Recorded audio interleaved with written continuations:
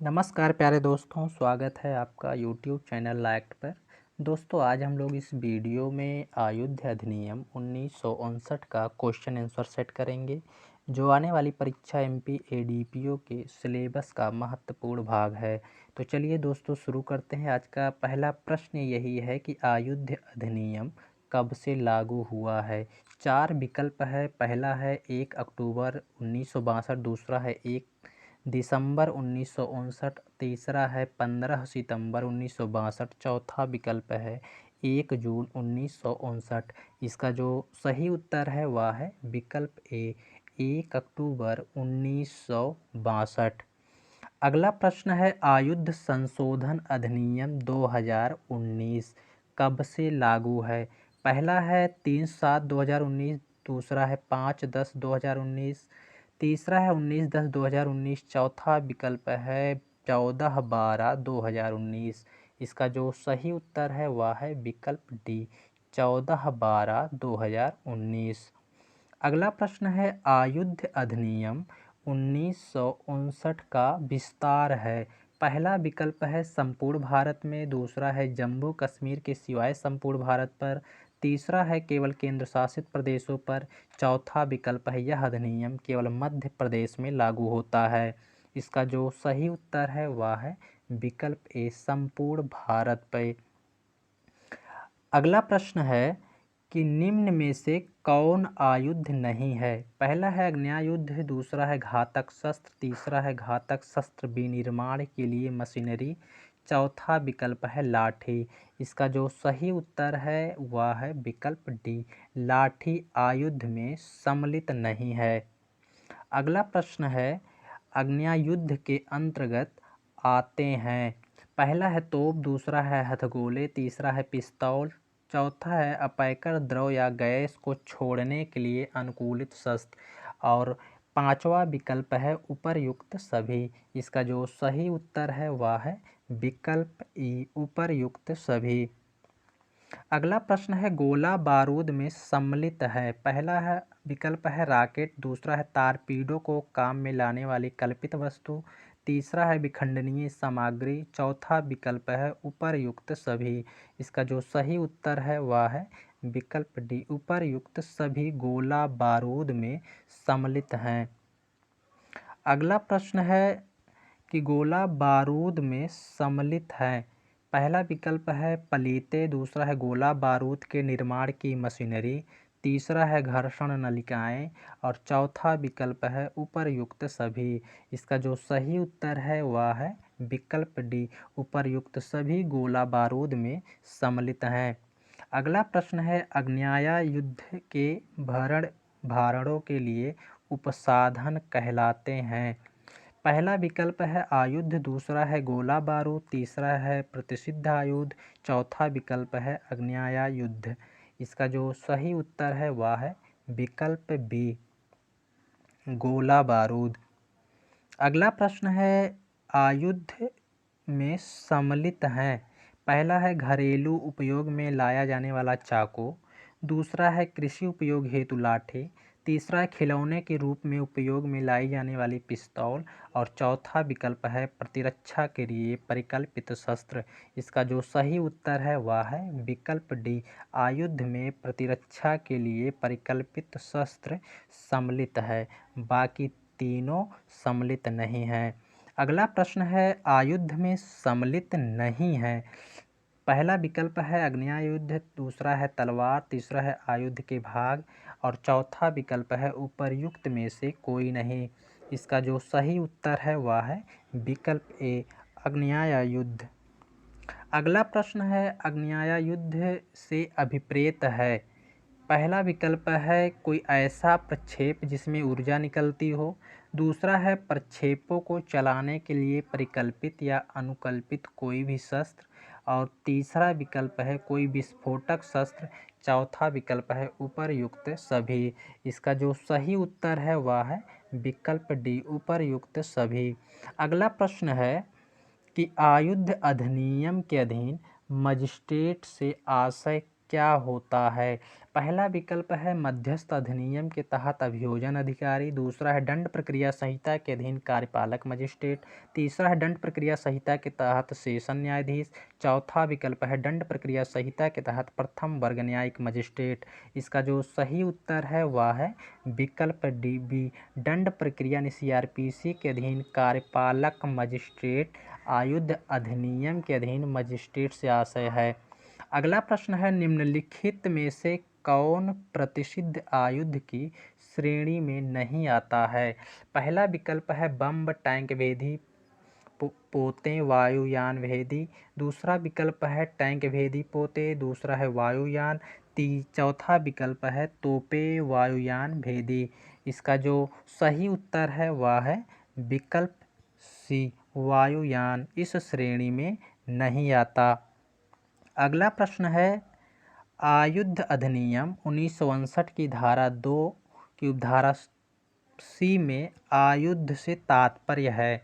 पहला है आक्रमण या प्रतिरक्षा के लिए उपयोगी वस्तुएं जैसे लाठी डंडा आदि, दूसरा है अग्नियायुध तीक्ष्ण धार वाले और सभी अन्य घातक शस्त्र और उसके भाग, तीसरा विकल्प है अग्नियायुधों के निर्माण के लिए मशीनरी, और चौथा विकल्प है बी और सी।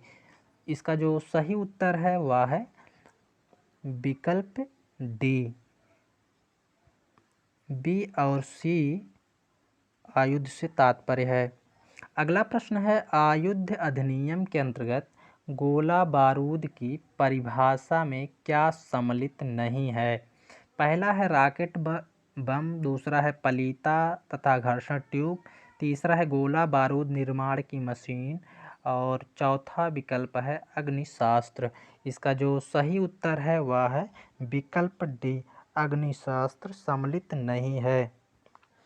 अगला प्रश्न है अग्नियायुध के अंतर्गत आते हैं तोपों को चलाने के लिए गाड़ियाँ, दूसरा विकल्प है हथगोले छोड़ने के साधन, तीसरा है किसी भी अग्नियायुध को चलाने से हुई चमक को कम करने के लिए परिकल्पित उपसाधन, चौथा विकल्प है उपर्युक्त सभी।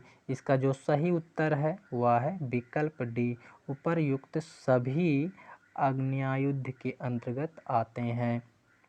अगला प्रश्न है इस अधिनियम के तहत कौन अनुज्ञापन अधिकारी नहीं है? पहला विकल्प है अनुज्ञप्ति का अनुदान करने वाला अधिकारी, दूसरा है नवीनीकरण के लिए अधिकृत अधिकारी, तीसरा है सरकार, और चौथा विकल्प है उपर्युक्त सभी। इसका जो सही उत्तर है वह है विकल्प डी, उपर्युक्त सभी। अगला प्रश्न है आयुध के संबंध में कौन सा कथन सत्य है? पहला विकल्प है यह तथ्य कि किसी शस्त्र के प्रयोग से मृत्यु कारित हो सकती है उसको आयुध नहीं बना देता, दूसरा है कोई वस्तु जो साधारणतया घरेलू उपयोग की ना होकर रक्षा के लिए प्रयोग में लाई जा सकती हो आयुध मानी जाएगी, तीसरा है कोई शस्त्र आयुध है कि नहीं यह देखने के लिए मूल उपयोग जिसके लिए वह अभिप्रेत हो देखा जाना चाहिए, और चौथा विकल्प है उपर्युक्त सभी सत्य हैं। इसका जो सही उत्तर है वह है विकल्प डी, उपर्युक्त सभी सत्य हैं। अगला प्रश्न है आग्नेयायुद्ध और गोला बारूद के अर्जन तथा कब्जे में अनुज्ञप्ति के बिना रखने पर प्रतिबंध किस धारा में लगाया गया है? पहला विकल्प है धारा 3, दूसरा है धारा 4, तीसरा है धारा 6, और चौथा विकल्प है धारा 5। इसका जो सही उत्तर है वह है विकल्प ए, धारा 3।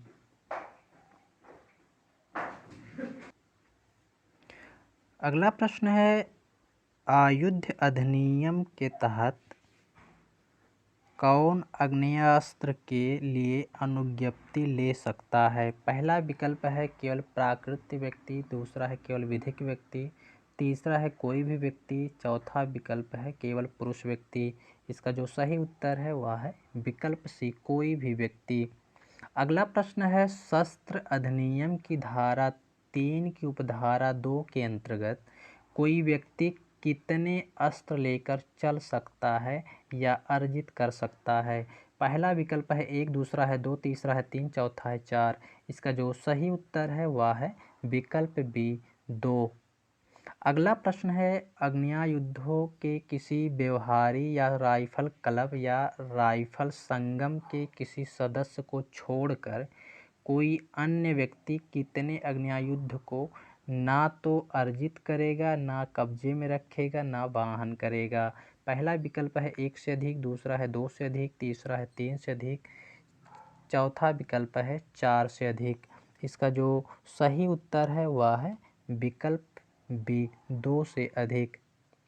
अगला प्रश्न है आयुध संशोधन अधिनियम 2019 के प्रारंभ पर एक व्यक्ति के पास 2 से अधिक अग्न्यायुध हैं, वह कितने दिन के भीतर शेष अग्न्यायुधों को थाने के भारसाधक अधिकारी के पास निक्षिप्त करेगा। पहला विकल्प है 2 माह, दूसरा है 3 माह, तीसरा है 1 वर्ष, चौथा विकल्प है 2 वर्ष। इसका जो सही उत्तर है वह है विकल्प सी 1 वर्ष। अगला प्रश्न है कौन शक्ति किसी समय 3 से अधिक अग्न्यायुधों को अर्जित एवं कब्जे में रख सकता है या वाहन कर सकता है। पहला विकल्प है अग्न्यायुधों के किसी व्यवहारी सदस्य, दूसरा है राइफल क्लब के सदस्य, तीसरा है राइफल संगम के किसी सदस्य और चौथा विकल्प है कोई डीलर और पांचवा विकल्प है उपरयुक्त सभी। इसका जो सही उत्तर है वह है विकल्प ए उपरयुक्त सभी। अगला प्रश्न है अग्न्यायुधों से भिन्न आयुधों को अर्जन कब्जे में रखने या वाहन करने का निर्देश दे सकती है। पहला विकल्प है केंद्र सरकार, दूसरा है राज्य सरकार, तीसरा है ए एवं बी दोनों और चौथा विकल्प है केवल बी। इसका जो सही उत्तर है वह है विकल्प सी ए एवं बी दोनों। अगला प्रश्न है निम्न में से किस स्थितियों में अनुज्ञप्ति आवश्यक है। पहला विकल्प है अग्न्यायुधों और गोला बारूद के अर्जन और कब्जे के लिए, दूसरा है आयुधों और गोला बारूद के विनिर्माण एवं विक्रय आदि के लिए, तीसरा विकल्प है नाल को छोटा या किसी नकली अग्न्यायुध को अग्न्यायुध में परिवर्तन करने के लिए और चौथा विकल्प है उपरयुक्त सभी। इसका जो सही उत्तर है वह है विकल्प डी उपरयुक्त सभी। अगला प्रश्न है जिस आयुध पर पहचान चिन्ह ना हो उसका विक्रय या आंतरण किया जा सकता है। पहला विकल्प है केंद्रीय सरकार की अनुमति से, दूसरा है राज्य सरकार की अनुमति से, तीसरा है जिले के कलेक्टर की अनुमति से और चौथा विकल्प है उपरयुक्त में से कोई नहीं। इसका जो सही उत्तर है वह है विकल्प डी उपरयुक्त में से कोई नहीं। अगला प्रश्न है निम्न में कौन व्यक्ति अग्न्यायुधों और गोला बारूद की धारण नहीं करेगा या कब्जे में नहीं रखेगा या वाहन नहीं करेगा। पहला विकल्प है जिसने 21 वर्ष की आयु पूरी ना की हो, दूसरा है दंडादेश के अवसान के पश्चात 5 वर्ष की काल अवधि के दौरान किसी भी समय, तीसरा है जिसे परिशांति कायम रखने या सदाचार बनाए रखने का आदेश दिया गया हो इस बंधपत्र के दौरान किसी भी समय और चौथा विकल्प है उपरयुक्त सभी। इसका जो सही उत्तर है वह है विकल्प डी उपरयुक्त सभी। अगला प्रश्न है किसी आयुध या गोला बारूद के विनिर्माण, विक्रय, अंतरण और अभिदर्शन के लिए किस धारा के तहत अनुज्ञप्ति लेना आवश्यक है। पहला विकल्प है धारा 4, दूसरा है धारा 5, तीसरा है धारा 20, चौथा विकल्प है धारा 11। इसका जो सही उत्तर है वह है विकल्प बी धारा 5। अगला प्रश्न है एक व्यक्ति अपने प्राइवेट सुरक्षा के लिए एक शस्त्र विधि पूर्वक अपने कब्जे में रखता है और उसके लिए धारा 4 के अधीन अनुज्ञप्ति अपेक्षित नहीं है, वह उसे आंतरित या विक्रय कर सकता है। पहला विकल्प है आंतरण या विक्रय की अनुज्ञप्ति होने पर, दूसरा है आंतरण या विक्रय की अनुज्ञप्ति धारण न किए जाने पर भी, तीसरा विकल्प है जिला मजिस्ट्रेट की अनुमति से और चौथा विकल्प है थाने के भार साधक अधिकारी की अनुमति से। इसका जो सही उत्तर है वह है विकल्प बी। अंतरण या विक्रय की अनुज्ञप्ति धारण न किए जाने पर भी। अगला प्रश्न है, एक व्यक्ति के पास एक आज्ञायुद्ध है जिसके लिए धारा 3 के अधीन अनुज्ञप्ति अपेक्षित है और वह अपने आग्नेयास्त्र को विक्रय करना चाहता है। उसे निम्नलिखित शर्तों में क्या आवश्यक है? पहला विकल्प है जिला मजिस्ट्रेट को विक्रय के आशय की लिखित सूचना देना। दूसरा है निकटतम पुलिस थाने के भारसाधक अधिकारी को विक्रय के आशय की लिखित सूचना देना। तीसरा है जिसे बेचना चाहता है उसका नाम और पता लिखित सूचना। और चौथा विकल्प है उपर्युक्त सभी। इसका जो सही उत्तर है वह है विकल्प डी, यानी सभी विकल्प सही हैं। अगला प्रश्न है, निम्न कथनों में असत्य कथन का चयन कीजिए। पहला विकल्प है कोई व्यक्ति 3 आज्ञायुद्धों को अर्जित कर सकता है। दूसरा है आज्ञायुद्धों की अनुज्ञप्ति के लिए आवेदन धारा 13 के अंतर्गत जिला मजिस्ट्रेट के समक्ष दिया जाता है। तीसरा है आज्ञायुद्ध की अनुज्ञप्ति हेतु व्यक्ति की आयु 21 वर्ष से अधिक होना चाहिए। और चौथा विकल्प है उपर्युक्त सभी। इसका जो सही उत्तर है वह है विकल्प ए। निम्न कथनों में जो असत्य कथन है वह है कोई व्यक्ति जो 3 आज्ञायुद्ध को अर्जित करता है, यह गलत है। अगला प्रश्न है, निम्नलिखित कथनों में असत्य कथन है। पहला है यदि आज्ञायुद्ध धारण करने वाला व्यक्ति दोष सिद्ध किया जाता है तो दोष सिद्ध करने वाला न्यायालय आज्ञायुद्ध की अनुज्ञप्ति निरस्त कर सकता है। दूसरा है आज्ञायुद्ध के विक्रय या आंतरण के लिए उस पर नाम, पहचान चिन्ह या संख्या होना आवश्यक है। तीसरा आज्ञायुद्ध का अनुज्ञप्तिधारी व्यक्ति अपने आज्ञायुद्ध विदेश में भी अपने साथ ले जा सकता है। और चौथा विकल्प है उपरोक्त में से कोई नहीं। इसका जो सही उत्तर है वह है विकल्प सी। इसमें जो असत्य कथन है वो आज्ञायुद्ध का अनुज्ञप्तिधारी व्यक्ति अपने आज्ञायुद्ध विदेश में भी अपने साथ ले जा सकता है, यह गलत है। अगला प्रश्न है, नकली आज्ञायुद्ध से क्या तात्पर्य है? पहला, आज्ञायुद्ध जैसे प्रतीत होती हो, चाहे वह छर्रा, गोली या अन्य अस्त्र छोड़ने के योग्य हो या ना हो। दूसरा है आज्ञायुद्ध जैसी प्रतीत होती हो तथा वह अस्त्र छोड़ने के योग्य हो।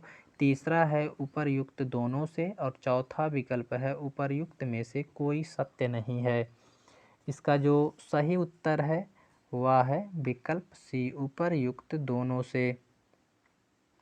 अगला प्रश्न है, कोई भी व्यक्ति आज्ञायुद्ध की नाल को पहला विकल्प है छोटा कर सकता है, दूसरा है केवल बदल सकता है, तीसरा है केवल लाइसेंस के तहत छोटा कर सकता है और चौथा विकल्प है उपर्युक्त सभी सत्य हैं। इसका जो सही उत्तर है वह है विकल्प सी, केवल लाइसेंस के तहत छोटा कर सकता है। अगला प्रश्न है, धारा 8 के तहत यदि व्यक्ति के पास ऐसा हथियार प्राप्त होता है कि जिस पर निर्दिष्ट चिन्ह परिवर्तित या कूटरचित हैं तो चिन्ह को परिवर्तित या कूटरचित करने के संबंध में पहला है उपधारित किया जाएगा, दूसरा है उपधारित किया जा सकता है, तीसरा है उपर्युक्त दोनों हो सकते हैं और चौथा विकल्प है न्यायालय का विवेक मान्य होगा। इसका जो सही उत्तर है वह है विकल्प ए, उपधारित किया जाएगा। अगला प्रश्न है, यदि किसी व्यक्ति के पास अधिनियम लागू होने से पहले कोई ऐसा फायर आर्म्स है जिस पर नाम, संख्या या पहचान मुद्रक नहीं है तो धारा 8 के प्रावधान के तहत कब से लागू होगा? पहला विकल्प है अधिनियम लागू होने के 1 वर्ष बीतने पर, दूसरा है अधिनियम लागू होने के 2 वर्ष बीतने पर, तीसरा है अधिनियम लागू के 3 वर्ष बीतने पर और चौथा विकल्प है अधिनियम लागू होने के 45 दिन के बाद। इसका जो सही उत्तर है वह है विकल्प ए, अधिनियम के लागू होने के 1 वर्ष बीतने पर। अगला प्रश्न है, धारा 9 के अनुसार कोई भी ऐसा व्यक्ति जिसे कि कितनी भी अवधि के लिए कारावास से दंडित किया गया हो, उस दंडादेश के अवसान के कितने समय बाद तक वह आर्म या गोला बारूद अर्जित नहीं करेगा, ना ही कब्जे में रखेगा? पहला विकल्प है 6 माह, दूसरा है 1 वर्ष, तीसरा है 3 वर्ष और चौथा विकल्प है 5 वर्ष। इसका जो सही उत्तर है वह है विकल्प डी, 5 वर्ष। अगला प्रश्न है, यदि किसी व्यक्ति को दंड प्रक्रिया संहिता 1973 के अध्याय 8 के अधीन परिशांति कायम रखने के लिए बंधपत्र निष्पादित करने का आदेश दिया गया है, तो वह व्यक्ति कितनी अवधि तक आयुध या गोला बारूद को अपने कब्जे में नहीं रखेगा या अर्जित नहीं करेगा? पहला विकल्प है बंधपत्र की अवधि के समाप्त होने के 6 माह व्यतीत होने तक, दूसरा है बंधपत्र की अवधि तक, तीसरा है बंधपत्र की अवधि व्यतीत होने के 3 माह तक और चौथा विकल्प है उसके लिए यह प्रतिबंध लागू नहीं है। इसका जो सही उत्तर है वह है विकल्प बी, बंधपत्र की अवधि तक। अगला प्रश्न है, आयुध तथा गोला बारूद के निर्यात तथा आयात के लिए अनुज्ञप्ति संबंधी प्रावधान किस धारा में है? पहला विकल्प है धारा 10, दूसरा है धारा 20, तीसरा है धारा 11 और चौथा विकल्प है धारा 15। इसका जो सही उत्तर है वह है विकल्प ए, धारा 10। अगला प्रश्न है, केंद्रीय सरकार को आयुध के निर्यात या आयात पर प्रतिबंध लगाने की शक्ति किस धारा के द्वारा प्राप्त है? पहला विकल्प है धारा 10, दूसरा है धारा 11 और तीसरा है धारा 12 और चौथा विकल्प है धारा 45। इसका जो सही उत्तर है वह है विकल्प बी, धारा 11। अगला प्रश्न है, कोई भी व्यक्ति आग्नेयायुध या गोला बारूद का विक्रय या आंतरण ऐसे व्यक्ति को नहीं करेगा जो, पहला विकल्प है 21 वर्ष की आयु पूरी ना की हो, दूसरा है जो विकृत हो, तीसरा है जो कारावास से दंडादिष्ट किया गया हो उस दंडादेश के अवसान के 5 वर्ष की काल अवधि के दौरान और चौथा विकल्प है उपरयुक्त सभी। इसका जो सही उत्तर है वह है विकल्प डी, उपरयुक्त सभी। अगला प्रश्न है, कौन व्यक्ति अनुज्ञप्ति के बिना आयुधों को अपने निजी उपयोग के लिए भारत में ला सकेगा या भारत से बाहर ले जा सकेगा? पहला विकल्प है आयुध को रखने के लिए विधि के अंतर्गत हकदार है, दूसरा है जो आयुध अधिनियम या अन्य विधि द्वारा प्रतिषिद्ध नहीं है, तीसरा विकल्प है वह व्यक्ति जो वास्तविक पर्यटक है और किसी ऐसे देश का है जिसे केंद्रीय सरकार शासकीय राजपत्र में अधिसूचना द्वारा निर्दिष्ट करे और चौथा विकल्प है उपरयुक्त सभी। इसका जो सही उत्तर है वह है विकल्प डी, यानी तीनों ही स्थितियों में भारत से बाहर ले जा सकेगा आयुध को। अगला प्रश्न है, केंद्रीय सरकार की राय में यदि आग्नेयायुध से भिन्न आयुध का भी अर्जन कब्जे में रखना या विनियमित करना आवश्यक है तो किस धारा के तहत राजपत्र में अधिसूचना द्वारा वह ऐसा कर सकती है? पहला विकल्प है धारा 4, दूसरा है धारा 6 और तीसरा है धारा 7, चौथा विकल्प है धारा 5। इसका जो सही उत्तर है वह है विकल्प ए, धारा 4। अगला प्रश्न है, जो व्यक्ति भारत में आयुध लाता है और उसकी युक्त मात्रा के या उसके उपयोग के बारे में शंका होने पर आयुध को कौन निरुद्ध कर सकता है? पहला विकल्प है सीमा शुल्क कमिश्नर, दूसरा है केंद्रीय सरकार द्वारा नियमित सशक्त अन्य अफसर, तीसरा है ए एवं बी दोनों और चौथा विकल्प है केवल बी। इसका जो सही उत्तर है वह है विकल्प सी, ए बी दोनों। अगला प्रश्न है, भारत में आयुध को लाने या ले जाने, आयात या निर्यात पर प्रतिबंध लगा सकती है? पहला विकल्प है केंद्रीय सरकार, दूसरा है राज्य सरकार, तीसरा है सीमा शुल्क अधिकारी और चौथा विकल्प है उपरयुक्त सभी। इसका जो सही उत्तर है वह है विकल्प डी, उपरयुक्त सभी। अगला प्रश्न है, अनुज्ञप्ति के लिए आवेदन किसको किया जाता है? पहला विकल्प है कलेक्टर को, दूसरा है जिला मजिस्ट्रेट को, तीसरा है अनुज्ञापन प्राधिकारी को और चौथा विकल्प है उपरयुक्त सभी को। इसका जो सही उत्तर है वह है विकल्प सी, अनुज्ञापन अधिकारी को।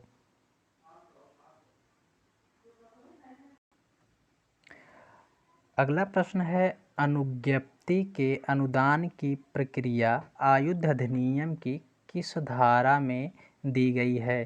पहला विकल्प है धारा 13, दूसरा है धारा 14, तीसरा है धारा 15 और चौथा विकल्प है धारा 16। इसका जो सही उत्तर है वह है विकल्प ए, धारा 13 के अंदर अनुज्ञप्तियों के अनुदान की प्रक्रिया उपबंधित है। अगला प्रश्न है कि आयुध अधिनियम 1959 के अध्याय 2 के अधीन अनुज्ञप्ति के अनुदान के लिए अनुज्ञापन प्राधिकारी क्या प्रक्रिया अपनाएगा? पहला विकल्प है आवेदन की प्राप्ति पर अनुज्ञापन प्राधिकारी उस आवेदन पर निकटतम पुलिस थाने के भारसाधक अधिकारी की रिपोर्ट मंगवाएगा और ऐसा अधिकारी अपनी रिपोर्ट विहित समय के अंदर भेजेगा। दूसरा है अनुज्ञापन प्राधिकारी ऐसी जांच यदि कोई हो जैसी वह आवश्यक समझे करने के पश्चात और उपधारा 2 के अधीन प्राप्त रिपोर्ट पर विचार करने के पश्चात लिखित आदेश द्वारा अनुज्ञप्ति या तो अनुदत्त करेगा या अनुज्ञप्ति देने से इनकार करेगा।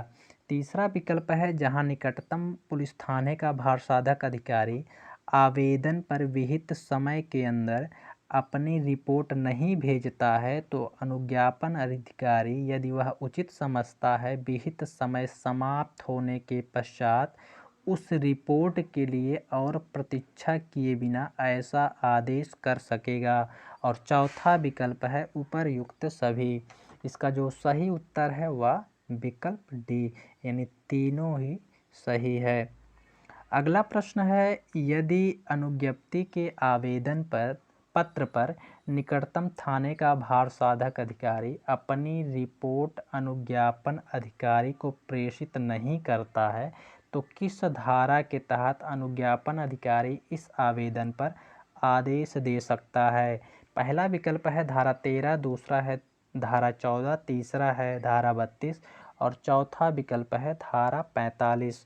इसका जो सही उत्तर है वह है विकल्प ए, धारा 13।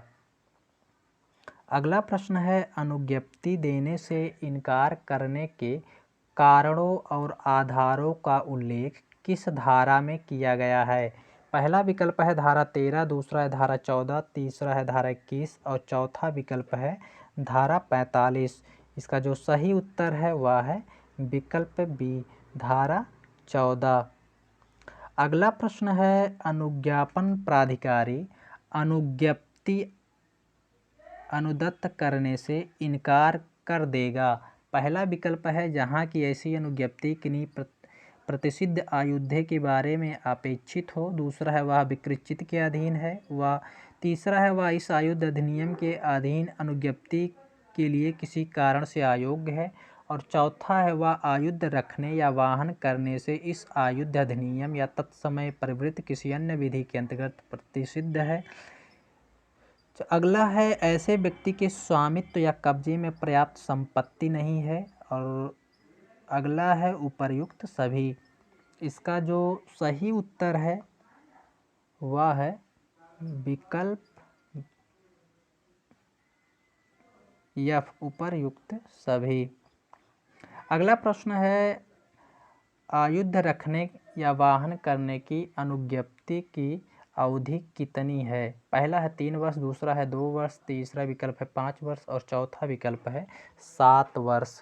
इसका जो सही उत्तर है वह है विकल्प बी, 2 वर्ष। अगला प्रश्न है, कोई व्यक्ति एक साथ कितने अग्निशस्त्र अपने अधिपत्य में रख सकता है? पहला विकल्प है 3, दूसरा है 2, तीसरा है 1 और चौथा विकल्प है 5। इसका जो सही उत्तर है वह है विकल्प बी, 2।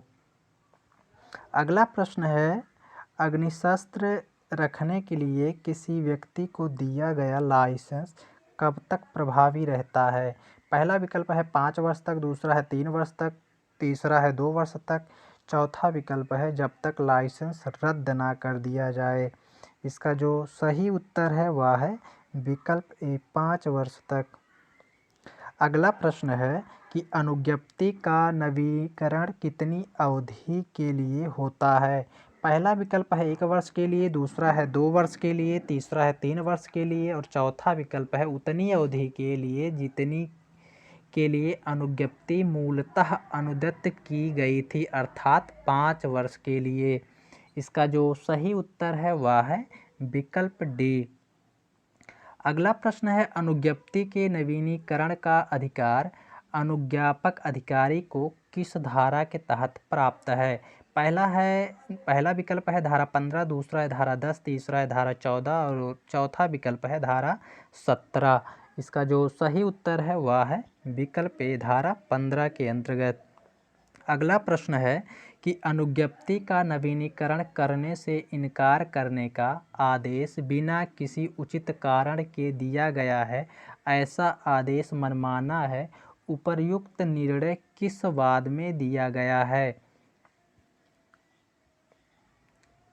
पहला विकल्प है अमरीक चंद बनाम मध्य प्रदेश शासन, दूसरा है लाला रामचंद्र बनाम भारत संघ, तीसरा है गयादीन सिंह बनाम उत्तर प्रदेश सरकार और चौथा विकल्प है यस्सी वासु बनाम बिहार राज्य। इसका जो सही उत्तर है वह है विकल्प ए, अमरीक चंद बनाम मध्य प्रदेश शासन। अगला प्रश्न है कि निम्न कथनों में सत्य कथन है। पहला, यदि अनुज्ञप्ति पहले से ही प्रतिसंहृत ना कर दी जाए तो वह उस तारीख से जिसको वह अनुदत्त की जाए 5 वर्ष तक कालावधि के लिए प्रवृत्त बनी रहेगी। दूसरा है, ऐसी अनुज्ञप्ति लघुत्तर कालावधि के लिए अनुदत्त की जाएगी यदि वह व्यक्ति जिसके द्वारा वह अनुज्ञप्ति अपेक्षित है जैसा चाहे। तीसरा विकल्प है, अनुज्ञप्ति के नवीनीकरण के लिए वही उपबंध लागू होंगे जो अनुज्ञप्ति के अनुदान पर लागू होते हैं। चौथा विकल्प है, अनुज्ञापन प्राधिकारी किसी मामले में अन्यथा विनिश्चित ना करे तो अनुज्ञप्ति का नवीनीकरण उतनी ही अवधि के लिए होगी जितनी कि वह अनुज्ञप्ति मूलतः अनुदत्त की गई है। और पांचवा विकल्प है उपर्युक्त सभी। इसका जो सही उत्तर है वह है विकल्प ई, उपर्युक्त सभी। अगला प्रश्न है, अनुज्ञापन प्राधिकारी लिखित आदेश द्वारा अनुज्ञप्ति को ऐसी अवधि के लिए जैसी वह ठीक समझे निलंबित कर सकेगा या अनुज्ञप्ति को प्रतिसंहृत कर सकेगा। पहला विकल्प है, यदि अनुज्ञप्ति की शर्तों में से किसी का भी उल्लंघन किया गया है। दूसरा है, लोक शांति की सुरक्षा के लिए आवश्यक होने पर। तीसरा है, अनुज्ञप्ति तात्विक जानकारी दबाकर या गलत जानकारी के आधार पर प्राप्त की गई है। और चौथा विकल्प है उपर्युक्त सभी। इसका जो सही उत्तर है वह है विकल्प डी, उपर्युक्त सभी। अगला प्रश्न है कि अनुज्ञापन प्राधिकारी अनुज्ञप्ति कब निलंबित या प्रतिसंहृत कर सकता है? पहला है, यदि अनुज्ञप्तिधारी किसी आयुध को अर्जित या कब्जे में रखने के लिए विधि द्वारा प्रतिषिद्ध है। दूसरा है, यदि अनुज्ञप्तिधारी विकृचित का है। तीसरा है, आयुध अधिनियम के अधीन अनुज्ञप्ति के लिए किसी कारण अयोग्य है। और चौथा विकल्प है उपर्युक्त सभी। इसका जो सही उत्तर है वह है विकल्प डी, उपर्युक्त सभी। अगला प्रश्न है, अनुज्ञप्ति को निलंबित या प्रतिसंहृत करने की शक्ति किसे प्राप्त है? पहला है अनुज्ञापन प्राधिकारी को, दूसरा है न्यायालय को जो उस अनुज्ञप्ति धारक को आयुध अधिनियम के अधीन किसी अपराध को दोषित ठहराए। तीसरा है अपील न्यायालय को। चौथा है उच्च न्यायालय द्वारा जब वह पुनरीक्षण शक्तियों का प्रयोग कर रहा हो। और पांचवा विकल्प है केंद्रीय सरकार को। और छठवां विकल्प है उपर्युक्त सभी। इसका जो सही उत्तर है वह है विकल्प एफ, उपर्युक्त सभी को शक्तियां प्राप्त हैं। अगला प्रश्न है, अनुज्ञापन प्राधिकारी की अनुज्ञप्ति देने से इनकार या अनुज्ञप्ति के प्रतिसंहरण के आदेश से व्यथित व्यक्ति पहला विकल्प है अपील कर सकता है, दूसरा है पुनरीक्षण दाखिल कर सकता है, तीसरा है ए एवं बी दोनों और चौथा विकल्प है उपर्युक्त में से कोई नहीं। इसका जो सही उत्तर है वह है विकल्प ए, अपील कर सकता है। अगला प्रश्न है, अनुज्ञापन प्राधिकारी के आदेश से व्यथित व्यक्ति अपील कर सकेगा। पहला विकल्प है अपील प्राधिकारी की समझ, दूसरा उच्च न्यायालय में, तीसरा अपील प्राधिकरण में और चौथा विकल्प है उपरोक्त ए या बी में। इसका जो सही उत्तर है वह है विकल्प ए, अपील प्राधिकारी के समक्ष। अगला प्रश्न है कि आयुध अधिनियम 1959 की किस धारा के अंतर्गत कोई मजिस्ट्रेट किसी आयुध या गोला बारूद की तलाशी या अभिग्रहण कर सकता है? पहला विकल्प है धारा 20, दूसरा है धारा 22, तीसरा है धारा 21 और चौथा विकल्प है धारा 23। इसका जो सही उत्तर है वह है विकल्प बी, धारा 22 के अंतर्गत तलाशी और अभिग्रहण कर सकता है। अगला प्रश्न है किसी व्यक्ति से आयुध आदि की अनुमति पेश करने की मांग कौन कर सकता है? पहला विकल्प है कोई पुलिस ऑफिसर, दूसरा है केंद्रीय सरकार द्वारा इस निमित्त विशेषता कोई अधिकारी, तीसरा है ए एवं बी दोनों और चौथा विकल्प है केवल बी। इसका जो सही उत्तर है वह है विकल्प सी, ए एवं बी दोनों। दोस्तों वीडियो अच्छा लगे तो लाइक शेयर कर दें। नमस्कार।